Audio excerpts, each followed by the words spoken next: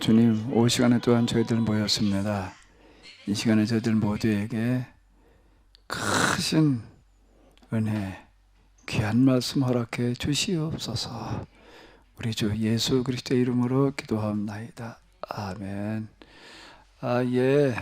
또 우리 오전에 이어서 오후 시간에 우리 같이 대화로 좀 우리 같이 이야기를 나눠보도록 하겠습니다. 좀 우리 같이 대화를 나누시는 거니까는요, 카메라를 다 켜주시면 고맙겠습니다. 자, 좀 또 얘기를 좀 해주시죠. 우리 성집사님, 뭐 할 말이 있을 것 같은데 좀 해보셔.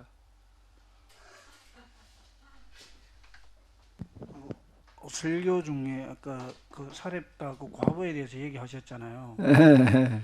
그런 걸 보면 이제 단순히 우리가 계약의 관점에서 할 때 계약의 정신을 우리가 반영한 거라고 그렇게 생각하면 되는, 그렇게 또 다른 측면을 보면 우리가 생각해 뭔가 기적적으로 뭐 이렇게 믿음으로 행하면 그런 기적이 나타난다는 그런 것들로도 좀 이렇게 해석이 들은 걸로 그렇게 생각이 되고 그런 건 아는데요.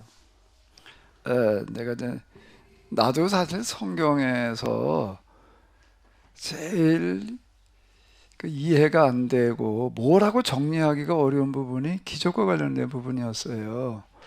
나도 중간에 이제 뭐 20살 때 교회를 나가고 나름대로 또 회심처음이라는 것도 좀 뚜렷하게 경험하고 그러다 보니까 그때 많이 들었던 게 믿고 기도하면 뭐 하나님께 응답해 주신다 뭐 이제 이런 거 무슨 능력 뭐 기적 이 얘기를 많이 들었거든요.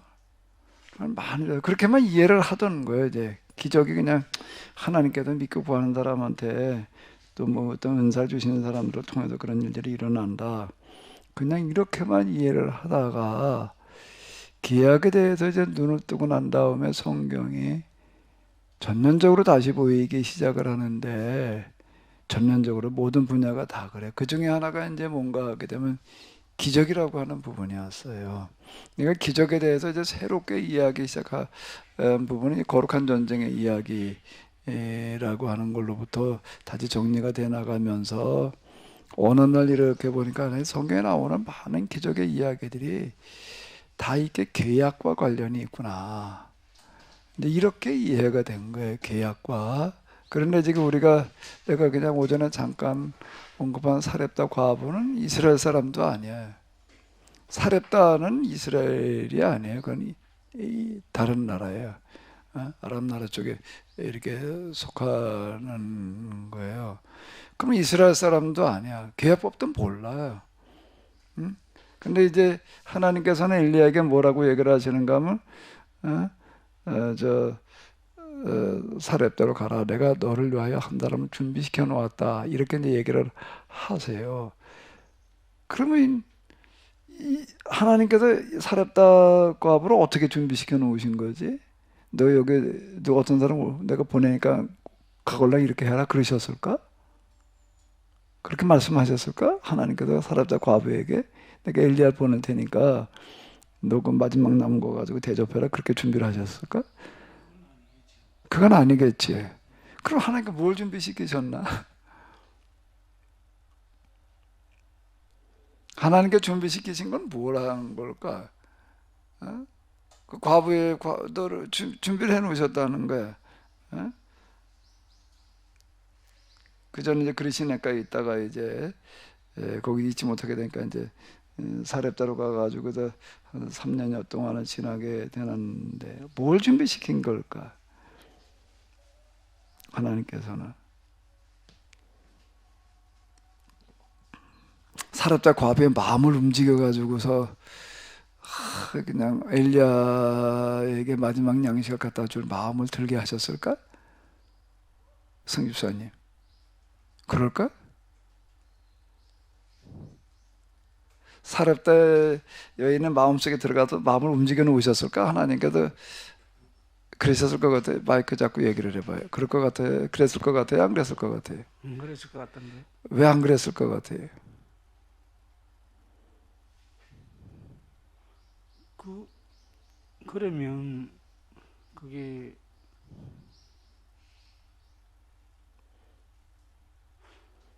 잘했다고 그렇게 미리 그렇게 그렇게 처지 안에 있어도 그렇게 미리 하나님께서 얘기했던 그런 식으로 이제 양식을 보여듯이 그렇게 준비할 수도 있잖아. 네. 예. 그 사업자 과부에 마음을 많이 움직이기 때문에 딴 사람 마음은 그럼 하나님께 안 움직였으니까 못했네 이렇게 얘기를 할 말이 없어지는 거예요. 하나님께 뭘 준비하신 걸까? 하나님께 무슨 일을 하시는 거예요 지금 도대체가? 뭘 준비해 놓으신 거예요?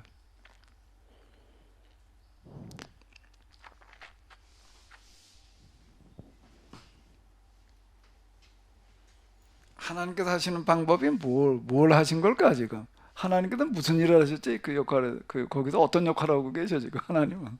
사르다 과부의 마음을 움직여 놓은 것도 아니고 단지 엘리야에게 사렙다로 가라고까지만 얘기를 하신 거예요. 누굴 찾아라고 그러신 것도 아니에요. 사렙다 엘리야가 미리 알고 갔을까요? 어떤 여자일 거라는 걸? 그것도 아니라고. 그런 방식이 아닌 거예요. 그러나 하나님께서 무슨 역할을 하고 계시는 거예요 지금? 성문에 도착을 했는데 사렙다를 찾아가라 그러셨던 것 같지는 않아. 왜? 누구라고는 얘기를 안 하셨던 것 같아요. 누구라고 그래서 그 집을 찾아갔을 거 아니야. 그냥 사렙다까지만 얘기를 해놓으셨으니까 사렙다에서 어디로 가야 될지 모르니까 성문에 앉아서 기다리고 있는 거예요. 왜냐면 그 당시 성문이라고 하는 거가 이제 마을 입구를 말하는 건데 그 동네 낯선 사람이 이렇게 와서 어디 오갈 데가 없는 사람들, 근데 여기도 좀 쉬었다 가야 된다든지 뭐 자고 가야 된다라고 할 때에는 내 성문 앞에 가서 앉아 있는 거예요. 그럼 나 이거 처음 왔습니다. 오늘 저녁 좀 어디 가서 자야 될 텐데 난 여기 아는 사람도 아무도 없고 잘 데가 없습니다. 그럼 누가 나 좀 재워주십시오. 그런 표시예요. 그렇게 다 알아. 말 안 해도. 그럼 어떤 사람이 이제 와서 이제 이렇게 데리고 가는 게 우리 집에 와서 자고 가시오. 이제 그런 이 시기였던 그런 얘기 뭐 여러 군데 나오잖아요.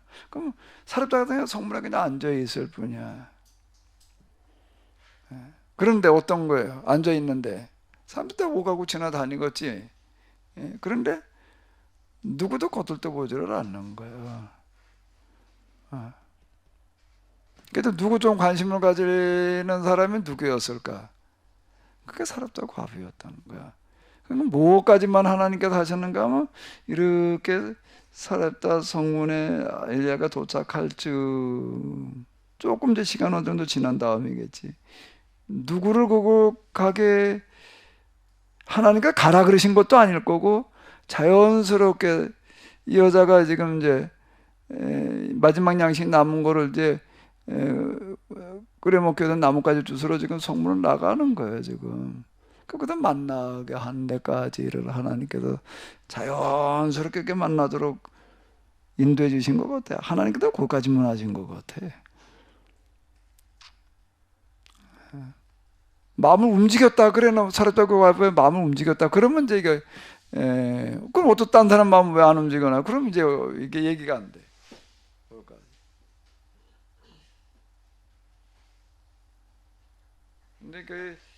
근데 그 여자는 금방 얘기한 대로 이스라엘 사람도 아니고 계약도 모르고 하나님도 몰라요. 믿는 사람은 믿는 사람도 아니야. 예수님께서 누가복음 4장에서 언급한 사람들이 살짝 과부를 얘기를 하셨다고. 엘리야 때 이스라엘에도 수많은 과부가 있었는데 누구에게도 하나님께서 은혜를 베풀어 주시지 않으셨는데 오직 누구였다는 거야? 사렙다 이방 여자 사렙다 과부였다. 그럼 이 여자는 왜 뭐가? 그럼 그 사렙다 과부는 평소에 삶 가운데서도 그렇고 또 생각 가운데도 그렇고 그런 삶을 살고 있었던 아니 그런 생각도 하면서 그런 삶을 살고 있었던 그 한 그런 사람이 삶을 살았는지까지는 잘 모르겠지만 그런 마음은 가지고 있었으니까 그게 된 거죠. 어느 날 갑자기 그냥 평소에는 전혀 그렇게 안 하다가 그날만 그랬다 그러면 이것도 또 뭐가 이상한 거예요. 그렇다고 본다면 지금 하나님께서는 그 역할을까지만 이제 우연히 만나도록 그 역할까지만 이제 하나님께서 하시는 역할이고 그러면 그런 사람을 눈에 들어오고 또 그렇게 자기가 그 마지막으로 먹고자 했던 그 음식까지도 나눠줄 수 있는 사람은 평소에 그 사람의 마음 자세였던 거라는 건가요? 평소에도 그런 마음이 있었겠지요. 그러니까 그날 하는 거. 그러니까 그게 이제 하나님 눈에 띈 거거든요. 하나님께서는 이스라엘 사람만 주목하고 계시는 게 아니라 모든 사람을 쭉 있게 보는데 그 중에서 그래도 누군가가 있어야 되는데 그게 사렙다 과부였다는 거예요. 그렇게 자연스럽게 만나게 하는 데까지만 하나님께서 하시는 거예요. 참 그 부분이 목사님, 예, 잠깐만요. 우리 조금만요. 이제 얘기하시는 거 마저 하세요. 네, 네. 참 그 부분이 참 알 수 없는 것이 어, 어떤 사람들은 성품적으로 조금 그런 생각과 그런 마음이 더 있는 사람이 있고 또 성품적으로 그렇지 않는 사람도 있고 그렇거든요. 그런 부분들은 또 어떻게 그게 봐야 하는 것인지. 성품이 원래 좀 조금 그런 사람이 있고 덜 그런 사람이 있고 아니 목사님 그거는 아마 근데 그것도 하나님께서는 공평하게 보실 것 같아요. 원래 타고나기를 성격이 뭐 이러는 사람이 있잖아요. 네네. 어? 우리 또 우리 애 얘기를 또 하는데 어제 여기 이렇게 데리고 왔더니요. 애들이 공을 가지고 노는 거예요. 근데 그걸 꼭 놀고 싶어 하는 것 같아. 그래가지고 여기 와가지고 내가 공을 하나 가지고 갔어요. 그렇게 내가 가지고 가서 노니까 가지고 노는데 옆에 또 어떤 애가 있어가지고 비슷한 애가 옆에서 공을 가지고 얘가 이렇게 나하고 얘가 놀고 있으니까 자기도 좀 같이 놀고 싶어 해요. 근데 내한테 걔한테 가서 뺏어 오는 거예요, 이거를. 응? 이거 아무것도 모를 것 같은데. 이게 내 건데 말이야. 이제 이러고 그냥 걔가 막 뺏는 거예요. 그걸 내가 이렇게 보면서, 야, 참. 그 내 거라고 하는 게 벌써 그래 집착이 강하더라고. 그래. 아이고, 얘도 만만하지 않겠다, 성격이. 내가 이제 속으로 그래서, 그 나이 때는 아무것도 모르고 그냥 그럴 것 같은데 이게 또 전혀 아니더라. 근데 그게 더 강한 사람이 있을 수 있어요. 어떤 날 때부터 아예 좀 덜한 사람이 있고, 그 사람으로서는 이게 딱 그래 정확하게 평가하기가 어려운 건 하나님은 뭐까지 계산하시는가 하면 본래 타고나기를 그런 사람의 그 성격까지도 감안해 가지고 보실 것 같아. 그것까지도 그냥 우리는 사람이 했느냐 안 했느냐까지만 보이잖아요. 근데 그 사람이 그만큼 한 거가 어떤 사람한테는 사람들이 볼 때 아무것도 아닌 것 같지만 그 사람이 그만큼 한 거는 또 대단하게 하나님 평가하실 거야. 그러니까 하나님이. 그러면 그렇지 않으면 이게 불공평하잖아. 형평성을 말하기가 어려운 거예요.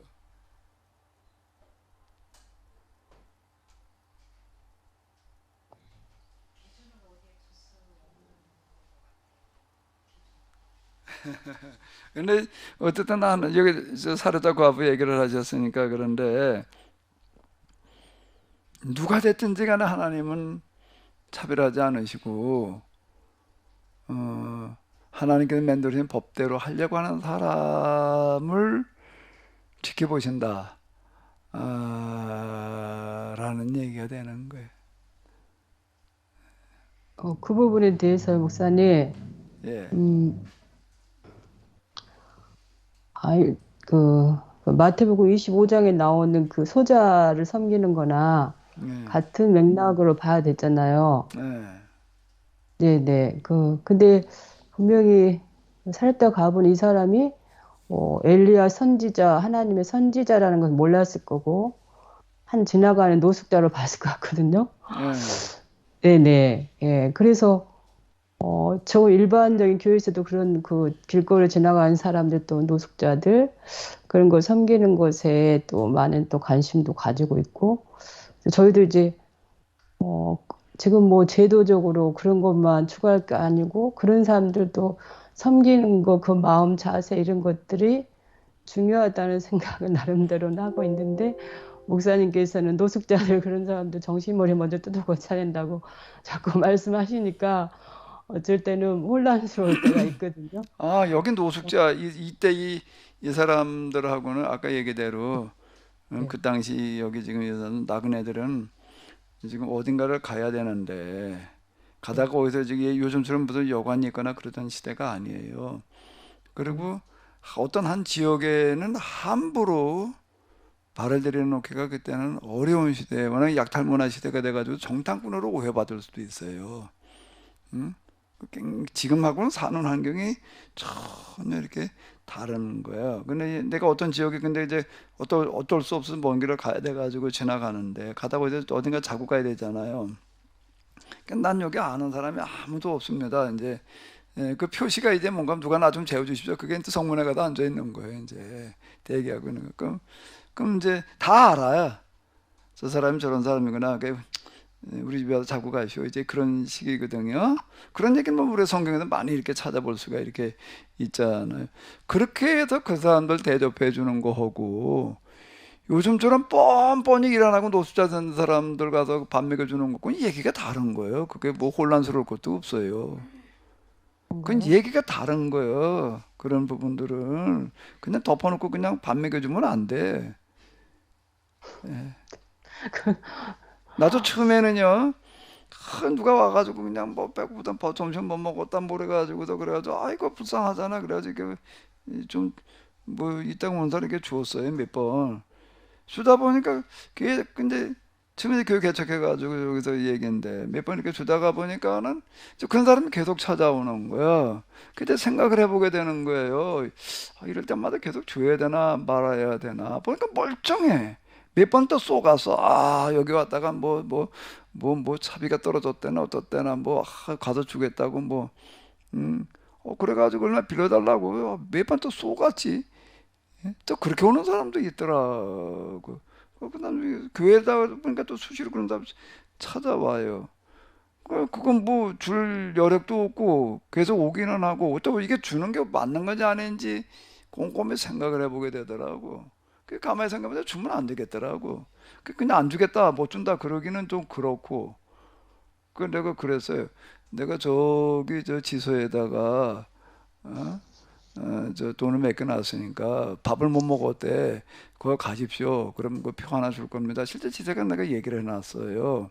이런 사람이 오늘 내가 일로 보낼 테니까 그 식당 어디로 보내십시오. 그럼 내가 계산하겠습니다. 그래 놨다고 내가.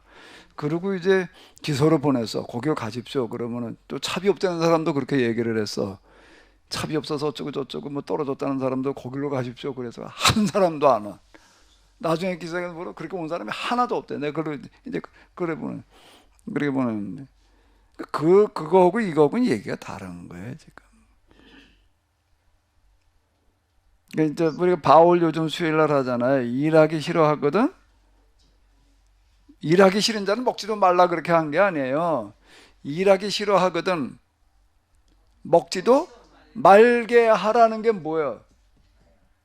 먹을 거 주지 말라는 거야. 그게 바울의 방식이에요. 그러나 그게 맞는 얘기 같아. 근데 그 노숙자 한 사람도 보면 어떤 사업을 하다 열심히 살다가 실패해가지고 그 정신이 많이 그 상처를 받아가지고 더 이상 일어설 수 없는 그런 정신 상태 있는 사람들이 많은 것들은 그런 것도 감안을 해야지 않나 하는 생각. 감안은 다 해야 되지. 네네. 그런데 뭐가 있는가 하면 시설이 있어요. 정부에서 운영하는. 네네. 저기도 카톨릭 같은 데 운영하는 꽃동네 같은 그런 시설도 있고. 근데 그건 또 안 가려고 그래, 이런 사람들은요. 네. 안 가려고 그런다고. 그러니까 그거는 어쨌든 간에 뭔가 하게 되면은 복음의 정신이라고 하는 거를 나는 사도 바울이 제일 정확하게 이해했다라고 생각을 하는데, 자기 문제는 자기가 해결하는 게 기본이고, 근데 자기 문제 자기 해결하는 것만이 아니고 그다음 어떻게 된다고요? 자기 문제 해결할 수 없는 사람의 문제를 돕는 게 그게 계약법의 정신이, 그게 복음의 정신이라는 거예요. 그 부분이.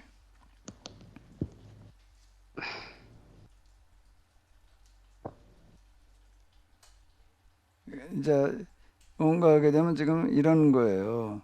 우리가 진짜 계약법대로 살려고만 하면은 하나님께서 함께 하신서 그게 되게 하시겠다는 게 하나님의 약속이에요. 하나님의 약속은 그 약속이에요. 약속이라고 그럴 땐 그 약속이라고 그래야지 예수님께서 다시 부활하신 다시 오시겠다는 그걸 가지고 자꾸 약속이라고 그런다고. 진짜 약속은 그거 말고 여기서 진짜 우리가 구약부대로 살려고 하면은 하나님께서 틀림없이 여기 함께 하셔서 그 일을 되게 해 놓으시겠다는 게 약속이라고. 구약 계약의 계약을 약속으로 이해를 하려고 한다라고 해서 그 약속이에요. 이게 계약의 약속은 그 약속이라고.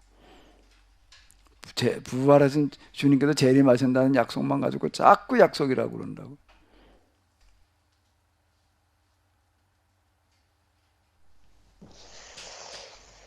오전에 말씀 중에 이스라엘에 대한 그 책임에 대한 이렇게 심판은 결과적으로 가나안 땅에 들어가서 계약법대로 살지 못한 거에 못하여서 주변 국가들이 저렇게 심판받을 수밖에 없었던 것까지 이제 책임을 물으신다고 하셨는데, 지금 이 시대에 이 말씀을 재구성을 하게 되면 이제 지금은 먹고 사는 문제가 지금 현실 속에서 그렇게 뭐 어려운 사람들이 이제 극히 이제 드물다 보니까 그 문제보다는, 그러면 지금 상황에서는 이제 저희들이 이 공동체 안에서의 관점이 아니라 이제 개인의 관점으로 봤을 때는 저희들이 이제 신앙인으로서 살아가면서 주변에, 그러니까 가족이나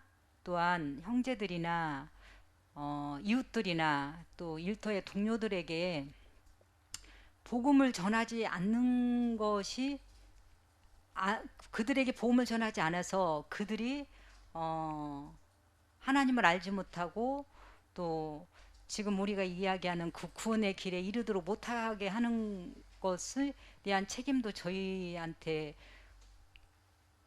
있는 것인지요. 이게 총체적인데 책임이라고 얘기를 할 때예요. 그런데 이제 일단 구약의 예를 들어서 이렇게 놓고 본다면 그 당시에 있어서 가장 심각한 문제가 뭔가 하면 약탈의 문제였다는 거예요. 약탈의 문제는 식량이 모자라서 생기는 문제거든요. 이스라엘 사람들을 광야에 갖다 놓고 무슨 훈련을 시키는가 그러면 만나 먹는 훈련을 시키시는 거예요. 하나님께서 진짜 우리가 계약대로 살게 되면 어쨌든 어떤 방법으로든지 간에 먹는 문제를 해결해 주신다는 거를 경험시키시고 이제 들어가게 하시는 어떤 이제 이런 거를 이렇게 볼 수가 있는데, 그 당시에는 굶주림의 문제가 제일 심각한 문제였다고요. 그럼 이제 오늘 우리는 이제 그럼 오늘은 굶주림의 문제가 아니다라고 생각할 수가 있는데, 그건 이제 우리나라 환경에서는 그렇게 느껴질지 모르지만은 전 세계적인 환경에서는 아직도 그건 제일 심각한 문제가 굶주림의 문제다. 제가 뭐 사도행전 그거 쓸 때 그 자료에 의하게 되면은 3분의 1이 기아손상에 놓여 있다. 이렇게 이야기를 하니까 그러면 아직 그건 해결된 게 아니에요. 그 부분은 이제 기아 문제는 해결된 거고 그 다음 문제라고 이렇게 아직 얘기할 때는 아니다라고 하는 거예요. 제일 급선무가 일단 사람이 굶어 죽어가는 것만큼 비참하고 심각한 거는 없는 거예요. 이거보다 더 심각한 게 있을 수 있을까? 굶어 죽어가는 것보다 더 심각한 게 어디 있겠어요? 이제 하루 한 끼로 겨우 한 끼를 먹고 살아가는 게 아니라 한 끼로 겨우 연명하는 애들이 생각보다 세상에 많다고요. 그런 보도 뭐 많이 이렇게 접하잖아요. 내가 이제 생전 설거지라는 걸 안 해보다가 요즘 가끔 이제 하는데, 그러니까 설거지를 별로 안 하고 살았어요 여태까지. 그러다가 요즘 내가 좀 그래도 뭐 좀 어쨌든 설거지를 내가 있다가 흉내를 내면서도 내가 회개할 때가 많아. 뭐를, 야 여기서 설거지를 한다고 이렇게 손을 떡 틀어놓고 그냥 또 퐁퐁 발라가지고 뭐 어쩌고 저쩌고 뭐 이러고 하는데, 그럼 때마다 내가 걸리는 부분이 뭔가 하게 되면은, 자, 지금 설거지를 갖다가 이렇게 뭐 틀어놓고 하는 거는 고사하고, 그것도 이게 밥 먹고 여기 앉아서 밥 먹고 저기 가가지고서 이러고 있는데, 이거 이 지구 한켠에서는 애들이 진짜 먹을 물이 없어가지고서 정말 먹을 수 없는 물을 그거를 먹겠다고 그러고 있는 애들이 설거지를 어떻게 이렇게 하고 살아? 어? 그래 내가, 야, 이걸 설거지를, 그것도 뭐 또 쬐끔 뭐 묻었다가 뭐 펑펑을 해야 된다나. 펑펑이 왜 펑펑이 물을 펑펑 쓰게 해도 펑펑인 것 같아. 이름 갖다 펑펑이라고 하면 펑, 막 걔도 그냥 내가, 에? 펑펑이지 펑펑이 아니라고요.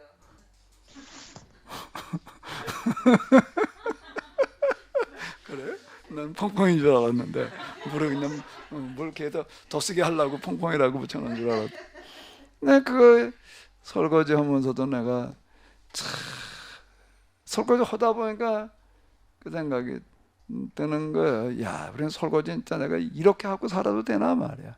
거기다 펑펑 쏟아 부어가지고서 또 거품이 펑펑 나가지고서 이내목에 또 하수도군용으로다가 들어가니까 이게 또 그냥 세상 망가뜨리고 있는, 이렇게 살아도 되나.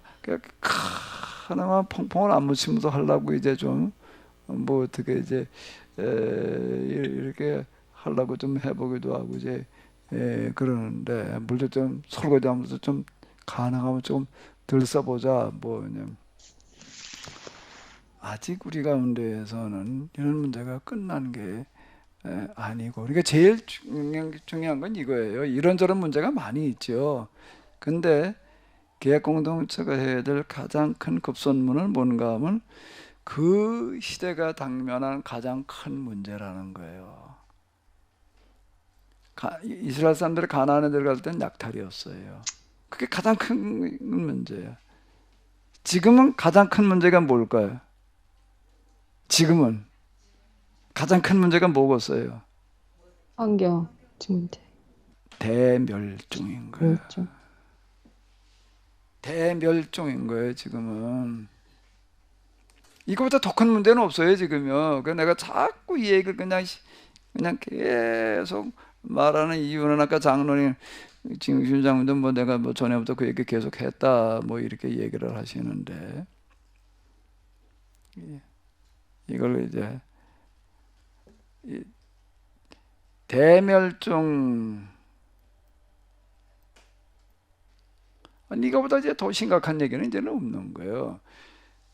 나는 이렇게 생각했어요. 전에 김주 장로님 아까 내가 뭐 벌써부터 얘기를 했다, 뭐 예언자적인 뭐 어쩌고 저쩌고 이렇게 얘기를 하셨는데, 내가 전에 얘기한 거는 대멸종 대해서 어떻게 하는가 하면은,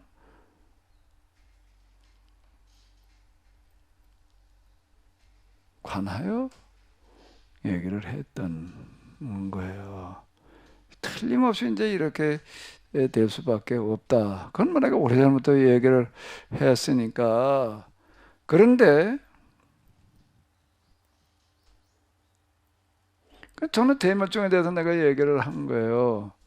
그런데 코로나 사태, 특히 이제 제가 이 계약공동체 운동을 그전에 그냥 세미나로 하다가, 언제부터 계약공동체, 재작년 가을 학기였죠. 재작년 가을 학기에 제가 집사람을 동료로 돌아보고 와가지고서 이제 거기서 구상한 거예요. 아, 이제 세미나를 한 바퀴 다 돌기도 했지만은 이제 계약 공동체 운동으로 가야 되겠다, 라는 생각이 들어가지고 그렇게 했는데, 그 이후 내가 대멸종을 말하기는 말하는데 뭐가 달라졌을까요? 진성희 집사님, 뭐가 달라졌을까요? 여기다가 뭐라고 써야 될까? 여기다가 진상희 집사님이 써봐.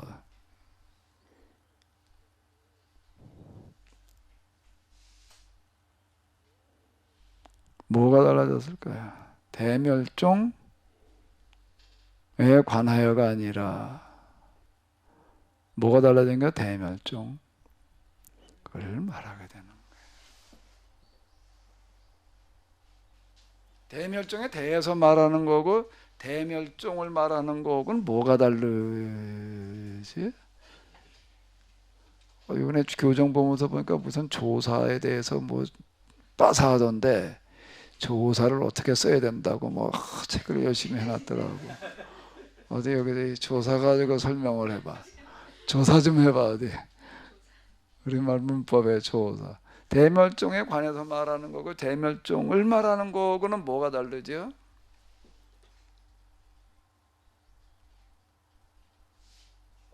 하나님에 대해서 말한다, 또 하나님을 말한다. 내가 이제 여기도 이건 뭐 예언자에 관하여서 예언자를 이제 이렇게 얘기를 하는데 여기도 대멸종에 관해서와 대멸종을이 뭐가 다를까? 찬미 한번 얘기를 해봐.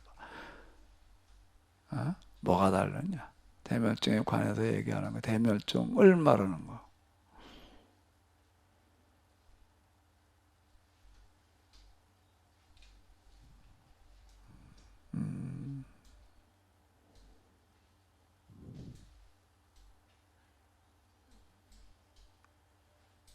대멸종에 대해서 얘기하는 거고 대멸종을 말하는 거하고 그럼 뭐가 다른 걸까요?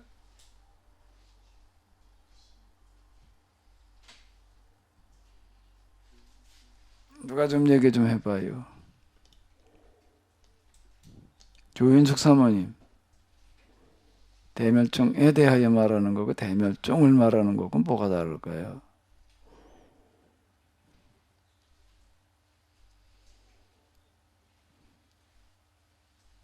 잘 모르겠어요. 제가 전에부터 무슨 뭐 이제 BBC 무슨 다큐멘터리 뭐 이런 걸 통해 가지고서도 그렇고 이제 그 얘기한 그런 부분은 앞으로 이런 일이 일어난다라고 그냥 말할 뿐이었어요. 대멸종 관해서 얘기를 하는 거예요. 근데 대멸종을 이제 기획 공동체 운동 시작하면서 이제 특히 코로나 오고 난 다음에 이제 대멸종을 말하는 거는 어떤 걸까요? 현실화된. 그 대멸종에 대한 뭐요? 이게 대멸종을 말한다는 거는 뭐라고요? 대안을 말하는 거예요. 대안. 그전에 내가 대안까지 얘기를 한 게 아니에요. 그런 게 있을 거다. 틀림없어요. 그런 일이 있다. 이걸 얘기한 것일 뿐이에요. 근데 대멸종을 말한다는 거는 곧 뭘 말하는 거라고요? 대안을 말하는 것과 같다라고 저는 그렇게 받아들이고 있는 거예요. 그래서 내가 이 코로나 오기 한 학기 6개월 전에 뭐 하나님께서 어느 날 기도하는데 뭐 이러이러하니까 기업 공동체 운동을 시작하라 그렇게 얘기하신 것도 아니야. 기도하다가 보니까 무슨 생각이 들어서 그런 것도 아니야. 유럽을 돌아보다가 그 생각이 들었어요. 유럽도 소유럽이라는 동유럽을 돌아보다가 왜 그랬는가 하게 되면 거길 가보니까 우리하고 사는 환경이 너무 달라. 거기는 굶어 죽으라고 그래도 굶어 죽기가 어렵겠더라고. 땅도 참 비옥하고 그냥 뭐 우리 저렇게 복잡거리고 살지도 않아. 그냥 헐렁해. 그 비도 그냥 아주 적당히 와가지고서 뭐 도대체가 걱정이 없어 거기는. 그 사람들한테 축구나 열광하고 있더라고. 난 왜 그렇게 난 축구를 좋아하는지. 축구 한 사람의 몸값이 왜 이렇게 수백억씩 가는지. 그 조그만 나뭐 지방 도시들도 프로 축구팀을 다 가지고 있어요. 거긴 아주 가장 큰 레저가 뭔가 하면 가족들끼리 다 밥 사들고 축구장에 가서 축구 보고 응원하는 거야. 입장료가 어마어마하게 비싸. 그거 왜 저러고 있을까? 그거 가보니까 이해가 되는 거예요. 우리는 그래도 좀 나. 저 어디 이런데 지금 뭐 좀 먹는 물도 없고 먹을 것도 없고 참 이걸 보고 내가 진짜 이걸 어떻게 해야 되나 말이야. 그래서 거기도 좀 골고루 사는 그런 이제 여기다 초점을 맞춰 가지고서 이제 세미나도 진행을 하고 또 뭐 그 이제 계약법을 그때 마침 이제 그 저 복음서 계약의 입장에다가 해결해나 해석해 나오고 그럴 때니까 이제 나는 그래 가지고 다 이제 생각을 했을 뿐이야. 거기서 내가 이걸 이제 계약 공동체 운동으로 가자는 거는 다 유럽이라고 하는 데가 어쨌든 세계적으로 잘 사는 제일 살기 좋은 그런 환경인데 거기하고 제일 못 사는 데고 좀 어떻게 평준화시키는 이런 뭔가를 해봐야 되지 않냐 이 생각 때문에 나는 했을 뿐이에요. 근데 6개월 지나고 나서 코로나가 이제 오기 시작을 하면서 나는 이제 대멸종이라고 하는 거가 이제 진짜 이제 심각하게 와닿기 시작을 하는 이런 상황 속에서 내가 이제 계약 공동체가 뭐라는 게 대멸종을 말한다는 건 뭘 말한다는 거예요? 대멸종에 대한 뭐도 같이 말을 해야 되는 거예요? 대안을 말하는 거예요. 그게 달라진 거예요.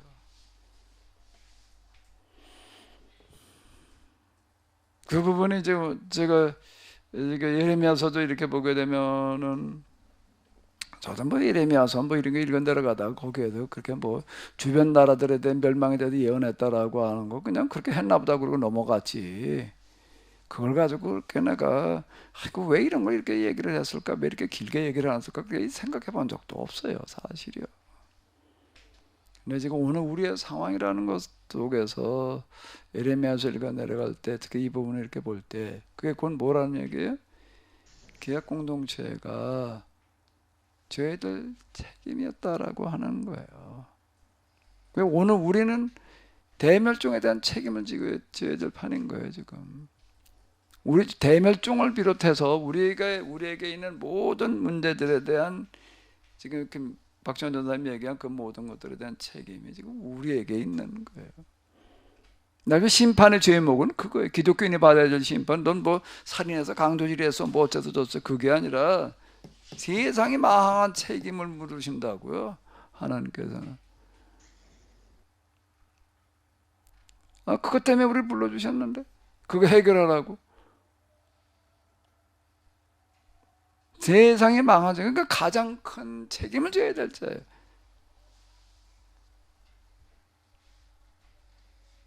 근데 불교인들은 그런 생각이 있는 거예요. 불교인들은. 그러니까 우리는 그런 생각이 없어. 우리는 세상이 망한 거에 대해 책임을 져야 된다는 거. 단지 영혼구원 그냥 이거나 가지고 자꾸 그동안 얘기를 했지.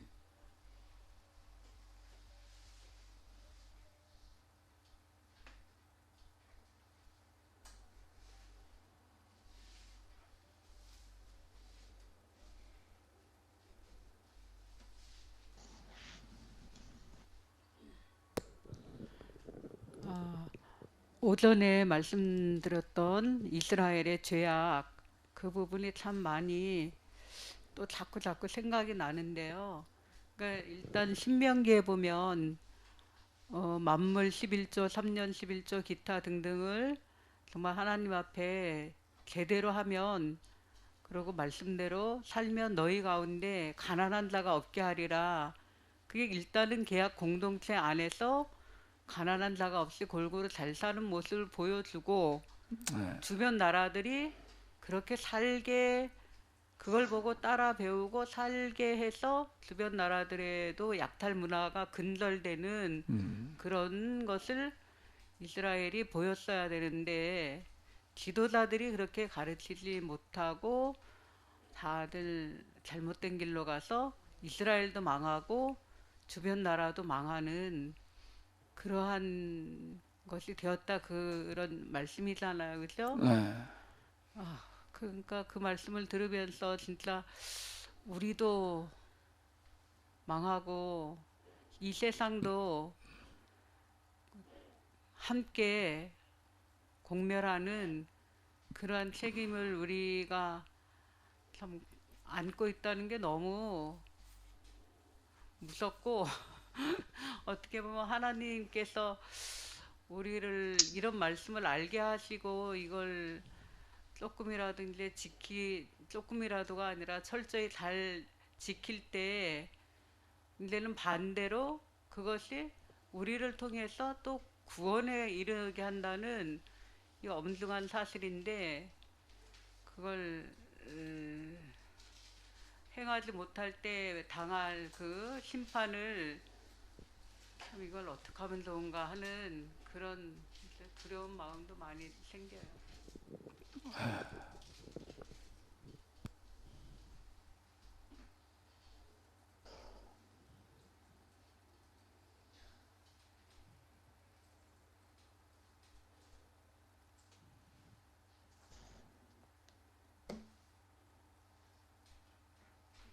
말씀하신 것처럼 지구 한편에 굶어 죽는 아이들이 물 못 먹는 아이들이 질병에 걸리고 그런 아이들이 있는 것은 우리 교회의 책임.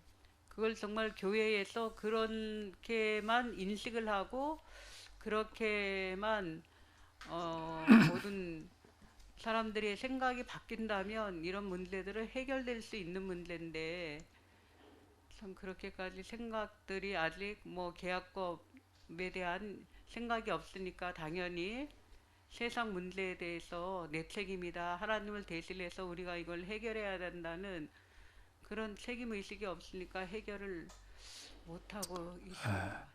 지금 이제 현대에 접어들면서 서양의 선진국이라고 하는 나라들은 하나같이 다 기독교 국가였다. 중세기식 기독교 국가는 아니었지만은 기독교 문화가 지배하는 기독교 국가들이었다고요. 근데 여기 설교가 우리가 계약법을 실천하는 우리가 얘기하는 것 같은 설교자들의 설교가 그런 설교였다면은 틀림없이 세상이 이렇게 되지 않았어요. 그런 설교가 없는 거예요. 영혼 구원 뭐 이딴 소리나 떠들어대다 보니까 맨 영혼군이나 하려고 들었지. 세상을 진짜 우리가 똑바로 만들어야 되는 게 우리의 역할이고 사명이다라고 얘기를 한다면 거기 지도자들이 다 교인들 아니야.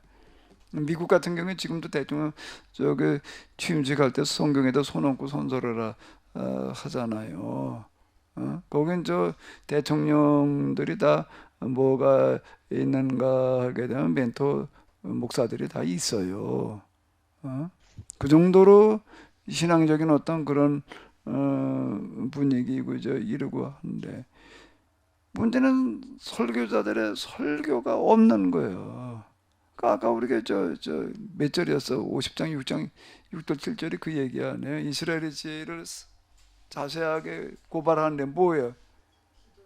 시대를 어디로 끌고 가야 될지 몰랐다는 얘기야. 이게 나가서 그냥 짐승들도 잡혀먹고 말았다. 뭐 이제 그런 식으로 다 얘기를 하잖아요. 그러니까 설교가 없으니 이런 설교 생전 들어보질 않으니 뭘 어떻게 하나님을 섬겨야 되는 게 신앙생활 한다는 게 뭐예요, 그죠? 헌금 생활이나 좀 하고 교회 가서 봉사나 하고 그냥 예배 참석만 꾸준하게 하면 신앙생활 잘한단 말이야. 그냥 뭐 그러고 있는 거야. 그저 전도 좀 하고 뭐 이러면 그냥 뭐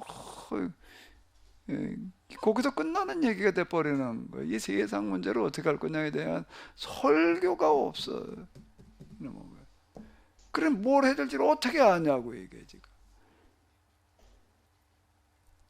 목사님 지난번에 말씀하신 그 주변 나라들을 이스라엘의 밥상으로 줬는데 밥상을 먹지 못하면 잡아먹힌다. 이거하고 같은 논리로 봐야 되죠. 그렇죠. 밥상에 얻어맞아 죽은 역사다 말이야. 죄인에게 그렇게 얘기를 했는데 똑같은 얘기예요. 그러니까 주변 나라들의 약탈물을 근절시키라고 들여보냈는데 근데 거기 자체 내에서 이놈에게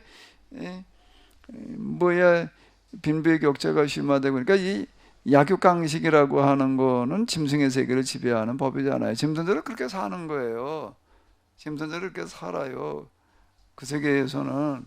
그런데 그 사람도 서로 잡아먹으면서 살아야 되나? 사람은 어떻게 살아라고 그랬다는 게 선악과로 살아야 되는 거 아니야. 선악과 생명과가 에덴 동산에 주어진 그런 법이었는데 선악을 구별할 수 있는 능력 우리에게 줬다고요. 개가 선악을 알까? 걔가 아무리 머리 좋은 놈은 걔를 갖다 잘 가르치게 되면 뭐 앉아라 서라 뭐 이거 정도는 가르칠 수가 있는데 찬미가 걔 잘 가르치더라. 걔하고 하이파이브를 하더라고 쟤는. 우리 모리하고 앉아서 하이파이브를 해가지고도 이야 나 걔 훈련 사업은 잘하겠다. 근데 걔한테 좀 손학주 한번 가르쳐봐. 그런 거 걔들이 그건 없는 거예요. 이거는요. 선악이라고 하는 개념이 없어요.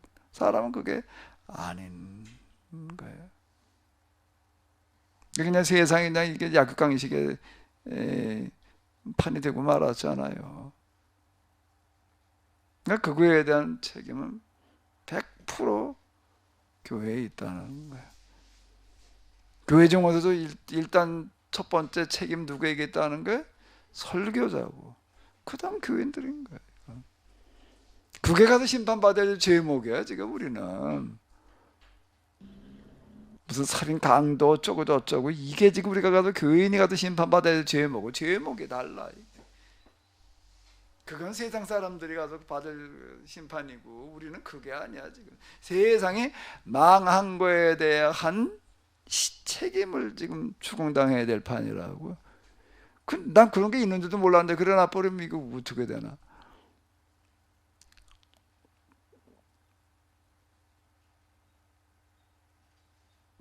이런 관점이 저기 아브라함을 부르실 때 너 통해서 모든 민족의 복을 받게 될 것이다. 이거 같은 맥락으로 봐도 되나요? 그래서 다 연결된 얘기죠. 다 연결되는 얘기지. 예.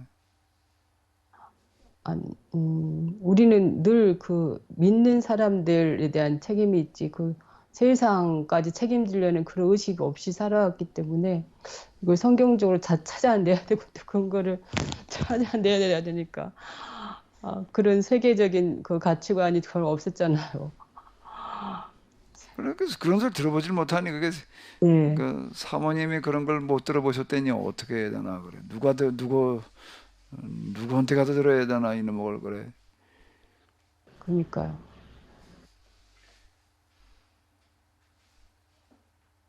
근데 그런 시각으로 안 봤으니까 그런 거죠. 근데 창세기부터도 세상을 만드시고 아담에게 이름을 짓게 하시고 또 그것을 다스리게 하시고 그거는 결국 세상에 대한 책임을 지라는 말씀인데 그걸 그렇게 우리가 해석하지 못한 게 그 누리라 하는데 축복의 개념으로만 다 생각했지.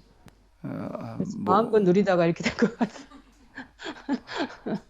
바울이 누구도 하나님 앞에서 핑계댈 자가 없단 말이야. 하나님을 알만한 게 만물에 드러나 있기 때문에 누구도 핑계댈 수가 없다라고 얘기를 했는데요. 우리 지금 똑같아. 핑계댈 수 있는 자는 아무도 없어. 성경 버젓이 쓰여져 있고 만물이 다 그런 걸 얘기를 해주고 있는데 난 그런 걸 몰랐는데 뭐 그런 의식도 없었는데 뭐 그렇게 들어본 적이 없는데 이렇게 얘기할 수는 그건 핑계거리가 안 되는 거예요. 그럼 더 오히려 더 괘씸죄에 걸리지.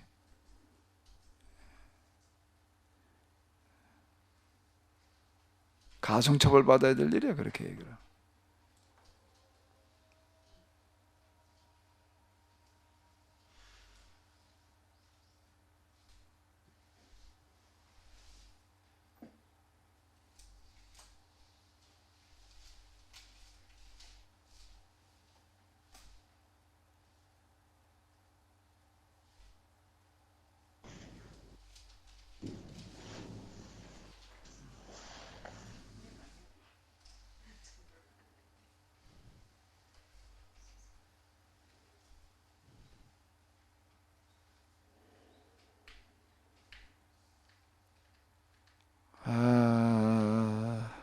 예. 뭐 이제 뭐 오늘 하실 말씀들은 다 하신 것 같은데 또 얘기들이 없으신 거 보니까 이제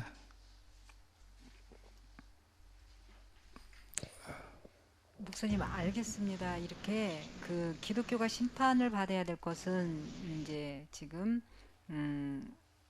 세상의 멸망에 대한 멸망한 것에 대한 이제 책임을 저희들이 이제 심판을 받는다고 그런 부분들은 다 이해가 가고 또 그렇게 되어져야만 된다는 것도 이제 이해가 가고 이제 알 것 같은데요. 아까 그렇게 되면 제가 이제 여쭤봤던 거가 그러면 저희가 이제 물론 그것 지금 우리가 계약법을 지키면서 우리가 실천하는 것도 삶 가운데 보여줌으로써 하나님 앞에 영광을 돌려서 주위 사람들이 하나님을 알도록 해야 하는 것이 우리들의 몫이긴 한데 이제 포괄적으로는 다 포함이 되어 있겠지만 그러면 아까 제가 이제 이야기한 것처럼 그 가정도 또 형제들도 또한 가까운 뭐 진짜 지인들도 유토의 동료들도 이런 자들을 구속사 관점으로 봤었을 때 구원에 이르도록 못하는 것 또한 책임이 있는 거 아닌지. 그렇죠. 그런 것도 물론 다 포함되는 얘기죠. 포함되는 얘기죠. 그런 것들이요. 같이요. 그러니까 이제 구원의 개념을 구원을 받는 방법과 구원받는 방법과 개념을 어떤 사람들은 지금 마태복음 25장에 의하게 되면은 내가 지금 이렇게 하는 거가 구원받는 것과 관련이 있다는 생각도 안 하는 사람들이었다고. 내가 지금 하는 게 이게 예수님을 돌보는 거다 이런 개념이 없잖아요. 거기 이렇게 보면 나 무슨 예수님 본 적도 없는데 이제 이렇게 얘기를 하신다고요. 이게 꼭 나는 구원시키는 행동이다라고 우리가 그동안에 알고 있던 것도 제거해봐야 될 일이에요. 우리는 예수님 믿게 해가지고서 뭐 어쩌고저쩌고 그걸 자꾸 구원이라고 이렇게 생각을 했잖아요. 그거는 복음주의 이후에 그렇게 받아들이는 거예요. 구원주의 위에 아주 초창기부터 다 그렇게 생각했다라고 이렇게 보기가 어려운 게 지금 사도행전에 보게 되면 예수를 믿는다라고 하는 거, 예수 구제주 영접한다라고 하는 거, 세례를 받았다라고 하는 것은 곧 뭘 얘기를 하는가 하게 되면은 날마다 구원받는 자를 더하게 하시니라는 게 뭘 말하는 거예요? 교회에서 서로 만나서 떡을 떼며 물건을 통용하며 그 다음에 뭐예요? 다 같이 나눠 쓰는 그거를 가리켜 구원받았다고 이렇게 얘기를 한다고요. 우리가 생각하는 거 구원의 방법이 너무 다른 거예요. 지금 우리는 이런 건 그건 그거고 그냥 예수님을 그냥 잘 영접하면 구원받는 거 우리 이렇게 자꾸 생각하려고 하는 경향이 이제 있는 거 그렇게 배웠으니까 예? 성경 때 그렇게 그러고 성경 보니까 다 그렇게 얘기를 하는 거 같으니까 그렇게 생각하는데 지금 사도행전으로 넘어가서 얘기를 할 때 구원받는다는 거는 그 개념이 아니다. 말씀에 흥왕하니라 믿음이 뭐 더 굳게 하니라 무슨 믿음으로 어떻게 굳게 한다는 얘기가 되는 거예요. 거기서 얘기하는 말씀에 흥왕했다라고 하는 거는 그렇게 살게 하는 그런 말씀이 사람들에게 많이 받아들이게 됐다. 이 얘기가 그 사람들이 구원받았다 이렇게 얘기를 한다고요. 그러니까 많은 경우에 내가 지금 이게 구원받는 거다라고 생각해서 그런 생각 없이 하는 사람들인 경우가 더 많다라고 하는 거예요. 우리는 그럼 근데 우리가 언제 예수님을 우리가 이렇게 목마를 때 먹을 것도 드리질 않았고 말이야 옷 한 가지도 갖다 드리지 않았고 감옥에 갇혀놓고 찾아보지 않은 적이 우리가 언제 있습니까? 가장 작은 자 하나에게 안 한 게 그건 나에게 안 한 것 같다 이렇게 얘기를 하신다고. 그건 뭘 하고 있는지 모르는 경우가 허다한 거예요. 지금 사렙다 과부가 아까 우리가 얘기를 했지만 사렙다 과부는 내가 하나님의 그런 대단한 예언자를 섬긴다는 생각이 없이 한 거지. 그걸 알고 한 게 아니잖아요. 그걸 알았다면은 누가 안 하려고 그랬겠어. 갖다 소잡아 주려고 달라줄 사람들이 많았겠지 거기. 이러다가 아주 그냥 자기 안팎 내주고 그냥 뭐 그러고 해서 다 그러려고 달라들었어. 그냥 몰랐으니까 늘 그러는 거지 뭘 한 건지를. 그 사렙다 건 자기가 뭘 했는지를 모르는 거예요. 그냥 그렇게 이런 거예요. 나도 지금 배가 고파오고 먹을 게 없어 굶어 죽게 될 판이지만 저 사람을 보니까 어떤 거야? 더 불쌍한 거예요. 단지 불쌍해서 그렇게 했을 뿐이지 그게 무슨 구원 어쩌고 저쩌고 상관없는 일을 하는 거라고. 그러니까 우리가 구원시킨다는 것도 다시 제거해 봐야 될 일일 수도 있어요. 그동안에 우리가 전통적으로 생각해도 사형리적인 구원만 가지고 자꾸 구원 이렇게 얘기할 수 있는 게 아닐 수도 있다는 거예요. 그것만 가지고 그게 아니다, 그건 구원하고 상관없다, 그 얘기를 하려고 그러는 게 아니라 그것만 가지고 우리가 다 구원이라고 이렇게 얘기할 수 있는 것만도 아닐 수 있는 거지. 그러니까 뭘 하는지 모르고 지금 한 거라고요.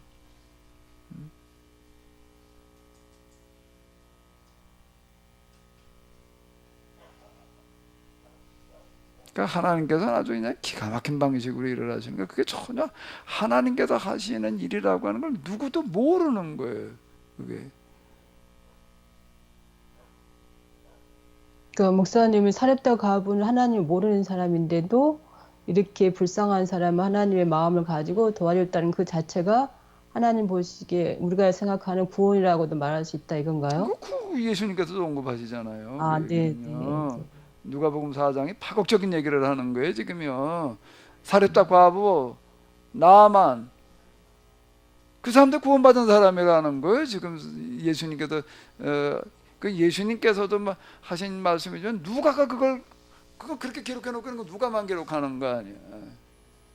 그 사람들이 구원받은 사람들 이렇게 선언한 거. 구원의 개념이 달라 이거는. 그리고 사도행전에 가가지고 구원의 개념이 달라요.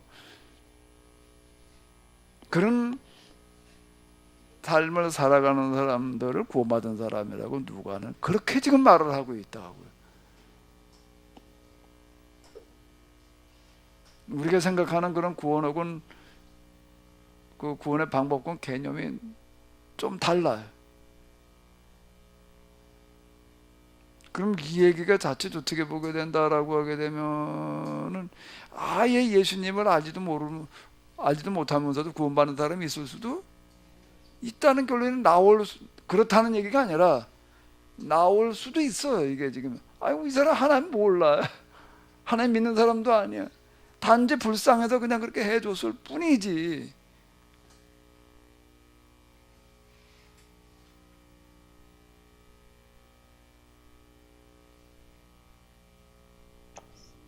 그러니까 이제 대원칙은 비모순의 법칙을 가지고 얘기를 한다라고 하게 되면은 뭘 가지고 구원을 받아야 되는가 하면 선행으로 구원을 받아야 되는 거예요. 대원칙은. 그 사도 바울이 얘기하는 거예요. 심는 대로 거둔다는 거예요. 그래서 육체를 심는 자는 육체를 거두고 영을 따라 사는 자는 영을 거둔다. 선을 행하는 자는 영생에 이른다. 사도 바울은 분명히 그렇게 얘기하고 있잖아요. 그냥 행동 상관없이 믿기만 하면 돼. 아니 그렇게 로마서를 해석을 하면 이건 완전히 사도 바울을 나는 모욕하는 얘기인 것 같아. 그러면 이게 모순이야. 그렇게 얘기를 알아들게 되면 선한 건 상관없어. 선한 일을 한다고 구원받는 게 아니야. 예수 믿기만 하면 구원받는 게. 이러면 이게 비모순의 법칙에 걸려 안 걸려? 딱 비모순의 법칙이야. 그럼 뭐 선한 거하고 상관없이 구원받아? 그럼 말이 안 되는 얘기가 되는 거지. 대전제는 선행으로 구원받는 거예요. 근데 문제는 사람의 선을 할 수 있느냐 없느냐의 문제예요. 뭐가 선이냐는 거예요. 또 문제는 뭘 행하는 게 선이야. 알아서 그냥 착한 일 하면서 그건 얘기가 다른 거예요. 계약법을 실천하는 자를 선한 자라고, 그 사람은 의인이라고 그래. 성경에도 선인이라고 부르지 않고 의인이라고 부른다고요. 계약법을 실천하는 거. 왜 그걸 착한 일이라고 그래야 되느냐? 그거보다 더 착한 일은 없으니까. 아니 계약법에도 얘기하는 것보다 더 착한 일이 있을 수가 있나요?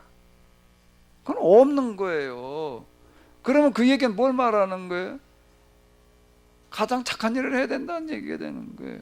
그러니까 이제 이게 사람의 힘으로 그걸 실천할 수 있느냐 없느냐, 바울은 사람의 힘 가지고는 안 된다는 거, 하나님의 도우심만으로만 가능한 얘기지.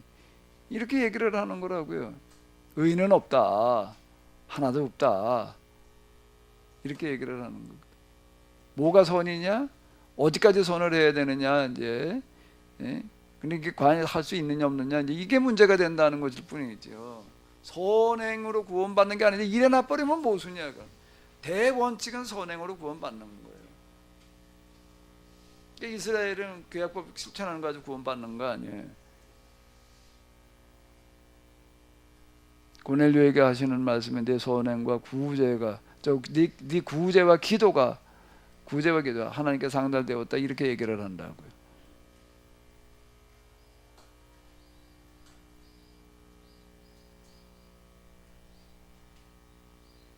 나도 아주 그냥 처음 교회 나가서부터 그냥 뭐 계속 들은 얘기가 뭐 선행으로 구원받는 게 아니다 믿음으로 구원받는 거지. 아주 100번 동일하라고 나도 그렇게 생각을 했고 그리고 사형리 구원이라고 그냥 그러고 있었다고요.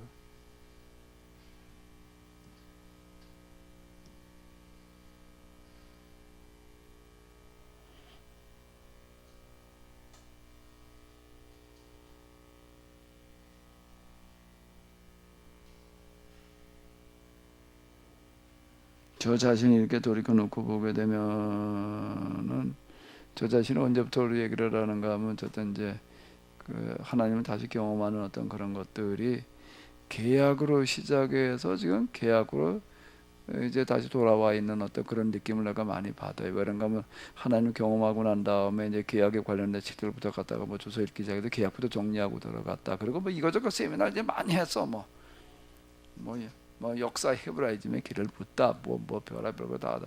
결국은 이제 다시 복음서로 돌아와 가지고서 이제 계약으로다가 이제 전적으로 다시 해석을 하게 되고 계약 공동체로다 또 이래 가지고 이제 대멸종을 말한다는 게 뭘 말하는 거라고요?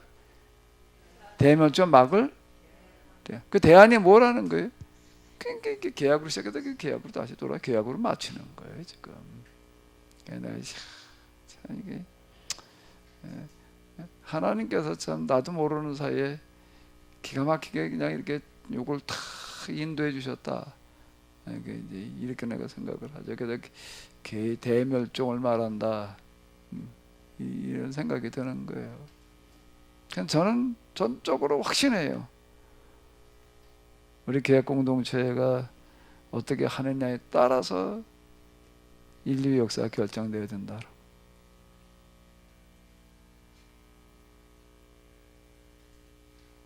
열심히 쳐다보고 있는데 당신의 설거지를 어떻게 하느냐에 따라서 대멸종이 결정돼.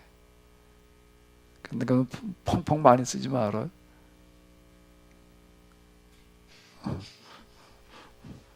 물도 펑펑 쓰지 말고 펑펑도 펑펑 쓰지 말고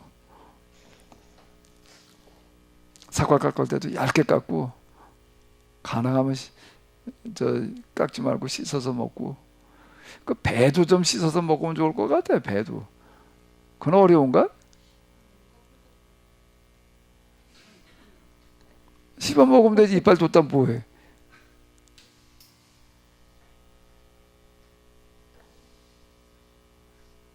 목사님 그 사도 바울이 말한 그 율법을 최선을 다하고 결국은 자기가 율법의 정신까지 마음의 법까지 지키지 못해서 성령의 법으로 가능하다 한 것처럼 우리 계약법도 우리가 한다고 최선을 다하지만 저희도 한계를 맨날 느끼잖아요. 그러면 주님이 도와주셔야 된다. 그거하고 같은 맥락인가? 어떻게 명쾌하게 정리가 좀.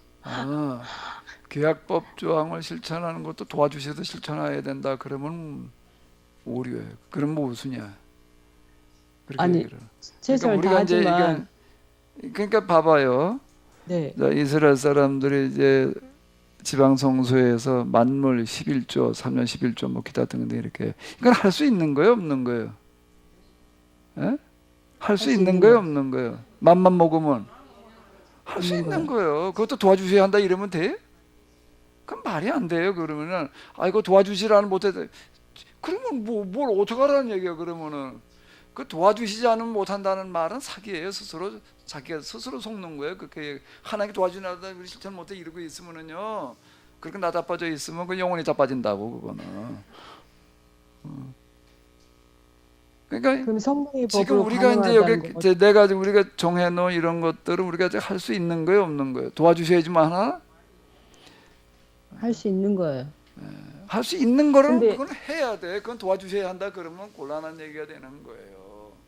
이 부분은 그것도 도와주시지 못해 이러면은 그런 모순이야. 그러면은 그럼 그럼 어쩔 하나님 다 때그 해야 된다는 성령이 얘긴데. 그 신명기 기도는 뭐라고요? 우리가 주께서 우리에게 명령하신 대로 어떻게 했으니 다 행하였사오니 이렇게 기도를 하라고 모세는 가르쳤지. 아유 우리가 또 해야 되는데 못했습니다. 도와주셔서 다음 주에 이렇게 어디 맨날 그거나 반복하다가 우리 그거 반복하다가 죽게 생겼어 지금.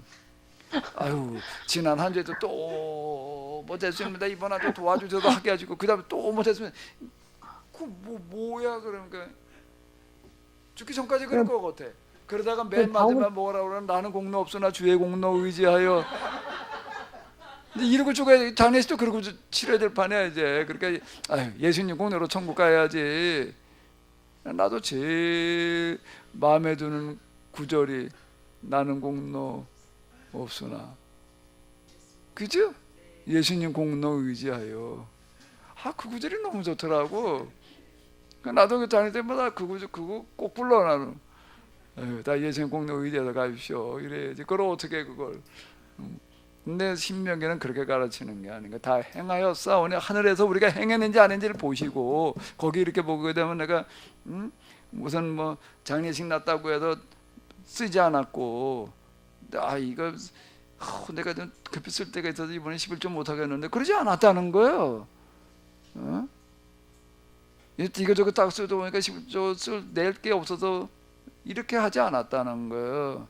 이거보다 더 급한 게 있다라고 할 수도 있지만 그래도 나는 가지고 왔습니다. 그래서 이 명령대로 내가 다 행했습니다. 그러니까 하늘에서 보시고 복을 내려 이렇게 기도를 하라고 그랬지. 그거 어떻게 기도를 해야 돼? 그럼 바울이 말한 성령의 법은 어떨 때 적용하는 건가요? 이제 그건 이제 요구하고는 조금 이제 각도가 좀 다른 얘기가 되는 거죠. 사도 바울이 부딪혔던 그런 이제 부분들은 요구하고는 조금 이제 각도가 다른 그런 부분들인데 사도 바울도 뭔가 하게 되면은 이런 거예요. 거기서 뭐 할례 받아라, 뭐 해라, 먹지 말아라 같은 거 다 지킨 거예요.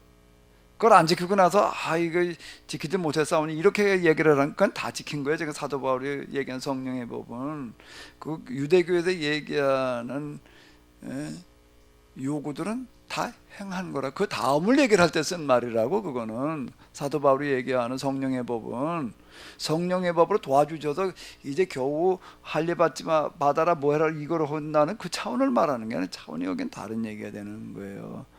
다 한 다음 얘기니까 이제 그건 조금 얘기인데 우리는 지금 내가 버젓이 할 수 있는데도 안 해놓고 나서는 도와주셔야 한다고 그러고 있으니 지금 그러니까 이거 완전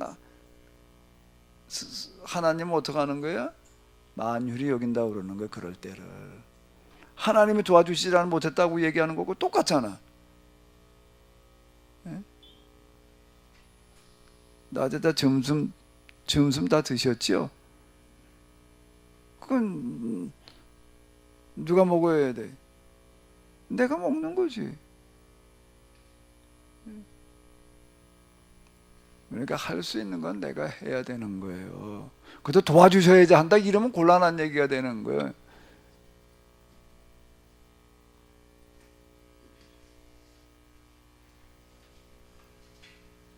그건 하나님 우롱하는 거예요. 그 만유리 여긴다 이제 이렇게 얘기를 한 건데요. 하나님 우롱하면 곤란하다. 우리 맨날 주일날 대표기도 하는 거 보면 하나님 우롱하는 기도 하고 있어요. 맨날이라고 너무 심한가? 지난주에도 또 뭐 못했사오니 용서하시고 뭐 도와주시고 힘을 주셔서 하게 하시고 이러고 있어 맨날. 내가 잘못 들었나? 귀가 어두워서?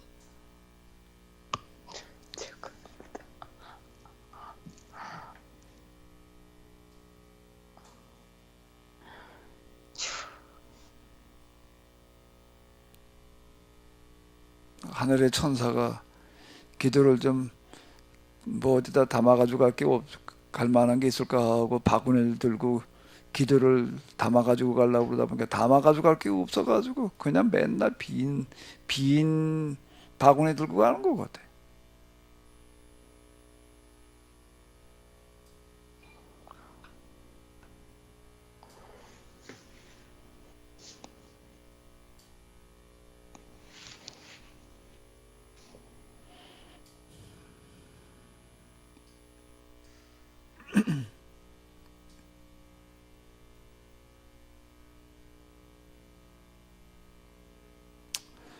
어쨌든 우리 시대의 가장 큰 죄인은 설교자들이에요.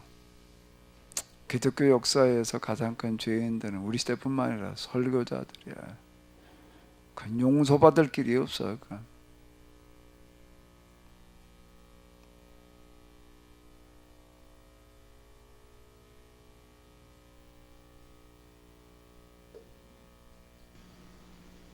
목사님 질문 하나 하려고 하는데요. 네, 말씀하세요. 아까 그 살박 과부와 나만 장군에 대해서 누가가 그렇게 해석했다는 말씀, 그리고 예수님께서도 그렇게 말씀하셨다고 이렇게 그 성경에 나와 있는데, 그렇다면은 우리가 그것에 대해서 뭔가 좀 속 시원하게 어떤 해답을 얻을 수는 없는 거예요. 정말로 누군가가 정말로 예수님만을 믿어야지 구원을 얻느냐. 성경에 분명히 이렇게 있다. 그러면 하나님에 대해서, 그때 여호와에 대해서 몰랐던 이 사람들에 대해서 이렇게 구원을 받았다라고 이야기를 하는데, 그렇다면 어쨌든 예수님에 대한 그런 이야기를 듣지 못하고 이 세상을 살다가 간 사람들이 많은데, 그 사람들 중에 사르밧 과부나 나아만 장군 같은 사람이 있었다면은 우리는 여태까지 그냥 단지 예수님을 안 믿으면은 구원 못 받는다. 그렇게 이제 들었잖아요. 뭐 구원의 개념을 또 어디에 두느냐 그거에 따라서 또 다르겠지만은, 그런데 그러니까 저희들이 여태까지 배워왔던 어떤 기존 개념에 의하자면은 예수님을 믿지 못하고 내 죄 사함을 받았다는 어떤 그런 개념이 없이 선행을 제일 어렵게 지킬 수 있는 것이 계약법이라고 했는데, 그런 삶을 사는 사람이 극단적인 예일지 모르겠지만 예수님을 듣지는 못했지만, 그리고 자기 죄에 대한 어떤 사함의 개념은 없었지만 계약법에서 말하는 그런 가장 어려운 그런 법을 지키고 살다가 간 사람이 있다고 한다면 그 사람은 구원 받은 거지 않겠느냐. 그러면 예수님 믿는 거랑 구원은 상관없는 거 아니냐라고 그런 질문을 누군가가 한다면은 우리는 그것에 대해서 속 시원히 대답해 줄 수 없는 건가요? 자, 이제 삭개오의 예를 들어봐요. 오늘 이 집에 구원에 이르렀다라고 이렇게 선언하죠. 네. 삭개오가 무슨 일을 했을 때 구원에 이르렀다고 그러나? 예수님이 우리의 죄를 위해서 돌아가신 구세주라고 믿었나요? 그건 예수님이 그런 아니죠. 구세주라고 영접을 했나요?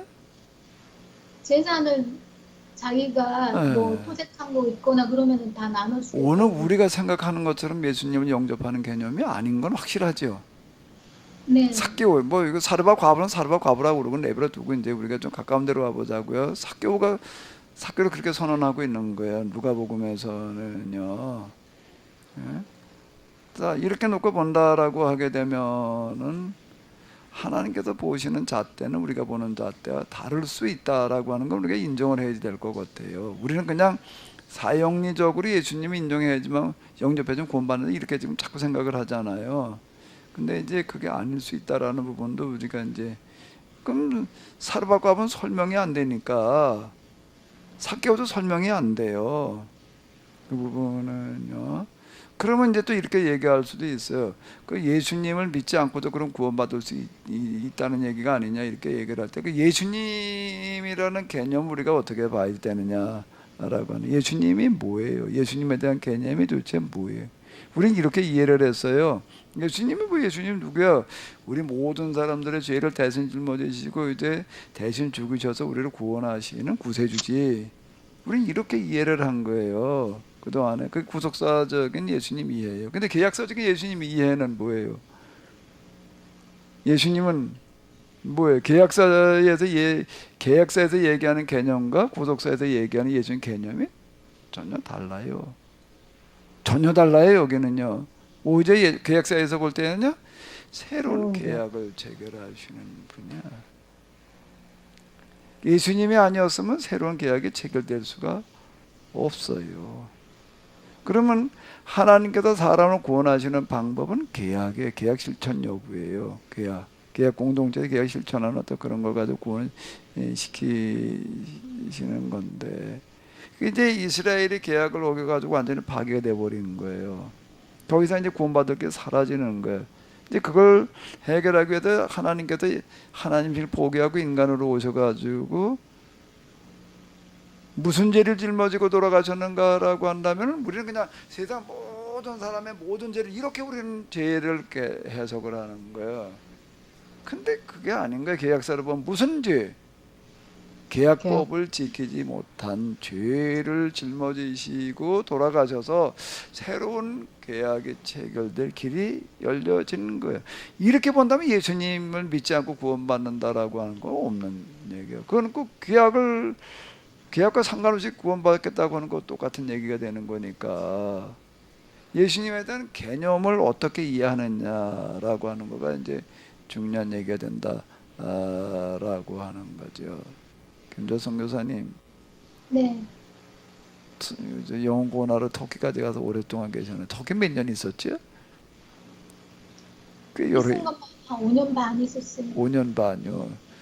젊은 청춘을 다 바치셨는데, 예? 자, 우리가 이 구원에 대해서 어떻게 이해를 하느냐, 예수님에 대해서 어떻게 이해하느냐라고 하는 그런 부분들에 대해서 우리는 구속사적인 이해를 그냥 지금 딱 정리가 돼서 꽉 차 있잖아요. 그렇게 계약사로 다시 정리할 필요가 있다라는 거예요. 좀 물으신 게 대로 대답이 됐는지 모르겠네. 알겠습니다. 근데 제가 유대인에 관한 책들을 좀 궁금해서 읽다 보니까 그냥 그 사람들은 하나님과 계약을 맺었다, 우리는. 그리고 그렇기 때문에 인간과의 계약도 철저히 지키면서 그렇게 이제 살아간다고 그렇게 되어 있는데, 그 유대인들이 가지고 있는 그 계약의 개념은 그냥 유대교 내에서처럼 그냥 하나님을 잘 섬기면 자기네들이 세상에 뛰어난 민족이 되고 뭐 그렇게 될 거다라는 그 개념으로 완전히 축소되어 있는 거라고 볼 수 있는. 완전히 왜곡된 계약 개념이에요. 왜곡된 그들의 그 독특한 선민의식, 그 사도 바울이 잘 지적을 하잖아요. 우리만 아브라함의 후손이다, 우리만 율법을 가지고 있다, 이러는 거가 아직도 그대로 남아 있어요. 그대로라고 해도 이건 과언이 아닐 것 같아. 그대로 남아 있어 가지고 이제 거기에 사로잡혀 있는 어떤 이제 우리가 이런 걸 이렇게 볼 수가 있는데요. 근데 우리도 지금 그 구원 개념을 구속사로만 이해를 한 거잖아요. 근데 우리가 계약사로 다시 좀 정리할 필요가 있다라고 하는 거예요. 특히 누가가 그거에 대해서 아주 직접 이게 고명하고 있다라고 하는 거예요. 누가 복음과 사도행전은 전혀 구원의 개념이 우리가 생각하던 전통적인 구속사적인 구원과는 많이 다르다. 삭개오가 어떻게 구원을 받아? 뭘 가지고 구원받아요? 예수님이 아직 십자가 지지도 않으셨는데 구원을 어떻게 받았다고 그래요? 그건 누가복음에서는 구원을 선언하는 사람이 여러 명 있어요. 내 죄가 사함 받았니라 그러는 여자 있잖아요. 네? 그 어떻게 영생 얻으리까 그럴 때 어떻게 하라고 그러는 거예요? 내가 이제 조금만 기다려, 내가 십자가에 죽을 거니까 내가 네 죄 짊어지고 죽을게. 그 다음에 네가 날 믿어. 그렇게 얘기를 하셨나? 네? 내가 잘못 읽었나? 조금만 기다려봐. 내가 이제 네 죄 짊어지고 죽을게. 그때 가가지고 넌 내가 네 죄 위해서 죽었다고 믿어라. 그리고 너 구원받는. 그렇게 얘기하시지 않잖아요. 십계명 지키라는 거예요. 십계명. 십계명이 뭘 말하는 거예요? 계약법을 말하는 거예요. 계약법을 말하는 거라고요. 그 계약법 정신을 실천한 사람이 삭개오예요. 그러니까 누가복음에서는 삭개오를 구원받은 사람의 표본으로다가 제시를 하고 있다고. 구원받으려면 어떻게 해야 되느냐, 이렇게 이제 구원받는 사람이야. 사도행전으로 넘어가서 또 이제 그런 사람들이 많이 나오는 거예요. 그 사람들을 구원받은 사람이라고 이렇게 얘기를 하고 있는 거예요. 이게 좀 명확해. 뭐 이건 더 어쩌고 저쩌고 논란에 그렇게 봐야 되느냐 말아야 되느냐라고 논란할 수 있는 대상이 이건 전혀 아닌 거예요. 이거는요. 누가복음과 사도행전이 신약 성경 전체 분량의 3분의 1에 27%래. 그만큼 분량으로도 많아요. 이게 뭘 말하는 거겠어요? 이방인이 쓴 누가복음과 사도행전이 성경에 들어와 있다는 것도 우연이 아니고, 그러니까 우리는 그동안 구원에 대해서 구원받았다라고 하는 거에 대해서 허상을 쫓아다니는 거예요.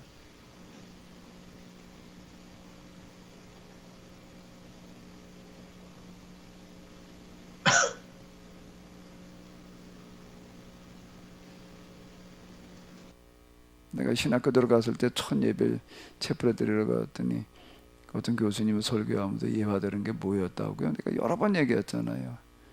천국 갔을 때 놀랄 게 몇 가지가 있대. 첫 번째는 뭐라고요? 천국은 내가 생각하던 건 너무 다르다. 두 번째는 틀림없이 구원받았을 사람이 가보니까 없더라. 근데 또 세 번째 놀라는 거는요, 전혀 구원받았을 것 같지 않은 사람들이 와 있더라. 그리고 예화를 들더라고. 구원에 대해서 우리가 참 개념과 모든 것이 이렇게 잘못된 것 중에 사도행전에도 그렇게 되어 있잖아요. 주 예수를 믿으라 그러면 너와 내 집에 구원을 얻으리라. 그거 이렇게 많이 다 집에도 많이 붙여놓고 그러니까 예수님 믿으면 구원 얻는다. 그게 그냥 뇌리에 그 말은 맞아. 명제가 잘못된 게 아니라 명제된 해석이 잘못되는 거예요. 문자 그대로 생각하는 거죠. 예수님 믿고 제사하면 구원받는다. 그게 이제 사형리식으로 딱딱딱 들어맞는 그 공식화된 그 문자적으로 머릿속에 꽉 박혀가지고 더 이상은 뭐 달리 생각하기가 어렵고 그러다 보니까 참 지금 내 목사님 말씀대로 구원에 이르는 길을 저희들이 가려면 정말로 좁은 길이고 정말 어려운 길이고 정말 이렇게 하면 구원받는 자가 몇이나 될까? 예수님께서 마지막 날에 구원받은 자, 믿음이 있는 자를 보시겠느냐 하셨다는 그 말씀처럼 정말 우리 가운데 천국에서 만날 수 있는 사람이 과연 있을까? 막 그런 많은 생각들이 드네요. 시간이 좀 지나기는 했지만은요, 이건 나온 얘기니까 이제 하나 얘기를 한다면은 구원의 확신이라고 하는 우리는 허상에 빠져 있었던 거예요. 구원의 확신이 아니라 나는 절대 구원받을 수 없는 자라고 하는 책임의식으로 몰고 갔어야 되는 거예요.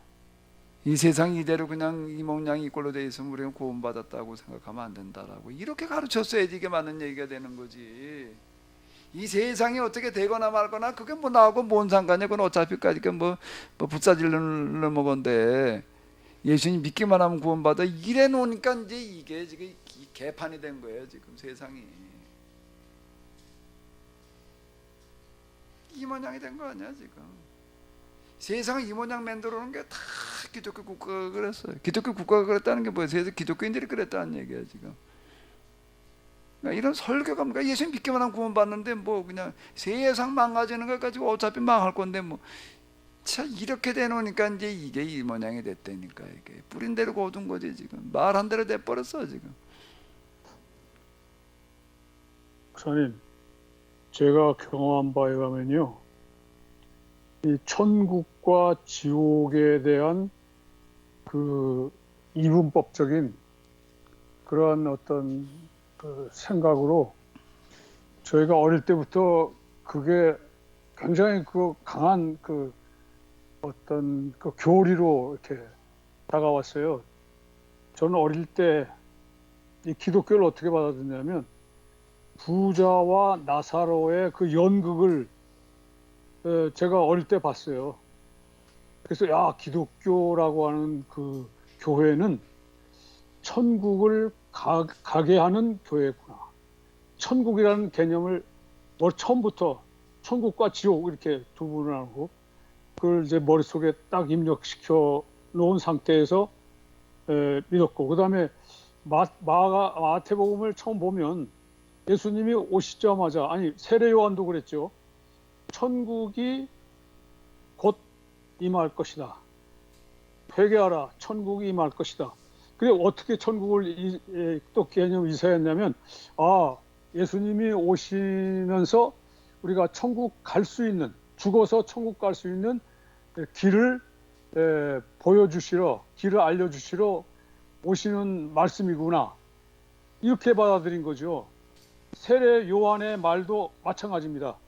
곧 예수님이 오실 텐데 천국을 소개할 것이다.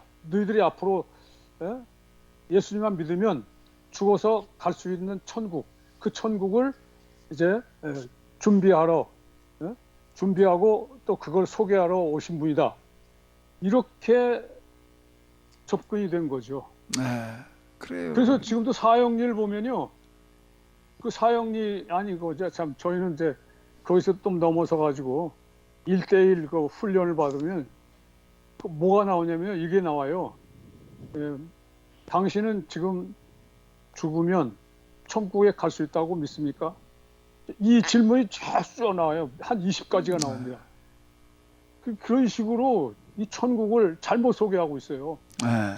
분명히 그게 이제 이 천국의 개념을 정말 이상하게 지금 내세 천국, 정말 내세 천국입니다. 이 내세 천국에 대한 개념이 이게 없어지지 않으면 이 기독교가 실제 이게 문제입니다. 네. 이제 장로님 말씀을 듣다가 보니까는 사형리의 사자가 무슨 사자인가 그랬더니 죽을 사자였네. 네. 지금 보니까 진짜 그랬던 거예요. 이게 지금 세상을 다 죽여놓은 거예요. 그렇게 신앙 가진 사람도 죽이고 세상도 죽이고 그냥, 그리고 구원받았다는 확신에, 거짓 확신에 빠지게 만들어 놓고 그냥 이래 놓은 거라고요 지금요.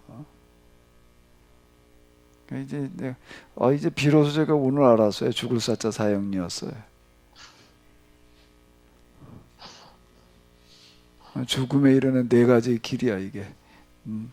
4가지 원리, 뭐 이렇게 봐도 절대 이건 과언이 아닐 오류를 빚어놓은 거예요. 그동안 우리가 이 복음주의라고 하는 어떤 이런 거가 기독교를 확산시키고 그러는데 결정적인 역할을 하기도 했지만은 기독교 신앙을 또 왜곡시키는 그런 큰 참 오류도 빚었다라고 하는 거 우리가 꼭 같이 인식을 해야 될 것 같아요. 좀 시간이 지났는데요. 우리 어찌해야 되나 참 이 노릇소리가. 기도하겠습니다. 하나님, 2000년 기독교 역사 다시 돌이켜놓고 볼 때 왜 이렇게 왔는지, 왜 이렇게 돼 있는지 참으로 안타깝게 짝이 없습니다. 이제 저희들이 뭘 어떻게 해야 될지 또 참으로 암담할 뿐만 아니라 막연하고 도무지 길이 보여지지를 않습니다. 그래서 저희들이 고백하는 것은 이제라도 늦었지만은 기약법으로 돌아가는 것이 유일한 살 길인 줄로 압니다. 그러나 여기에 또 관심을 가지는 이들이 너무나 적습니다. 기존의 이 신앙인들이 여기에 관심 갖는다라고 하는 게 얼마나 어려운 일인지 난감할 뿐입니다. 하나님, 여기에 길을 열어주시옵소서. 새로운 길을 만들어낼 수 있게 하여 주시옵소서. 이 위기를 기회로 바꿔갈 수 있게 하여 주시옵소서. 현대 문명과 인류가 공존할 수 있는 길을 찾아낼 수 있도록 도와주시옵소서. 우리 주 예수 그리스도의 이름으로 기도합나이다. 아멘. 네, 수고들 많으셨습니다. 네, 다 건강하세요. 좋습니다.